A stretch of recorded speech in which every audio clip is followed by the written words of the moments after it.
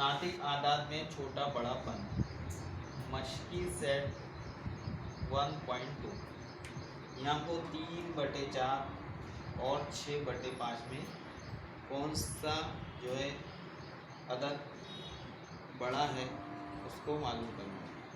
इसके लिए हमको क्या करना पड़ता है, उसको पहले हम नसब बनाना पड़ेगा। हम नसब बनाने के लिए हमको क्या करना पड़ेगा, एक दूसरे को क्रॉस ज़रब करना पड़ती है। जैसे पहली कसर जो है 3/4, इसको हम 5 से ज़रब करेंगे,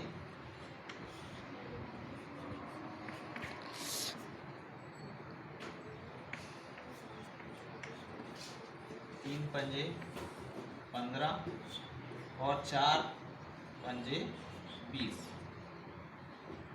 उसके बाद इसको 6/5, इसको हम 6/5 इस कसर को ज़रब देंगे 4 से।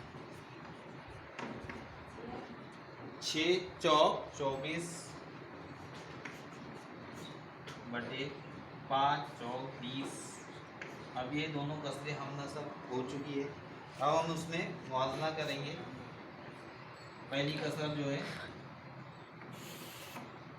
15/20 और दूसरी 24/20। इसमें इसका शुमार कुनिंदा जो है ये वाली कसर का बड़ा है, इसलिए ये कसर बड़ी रहेगी।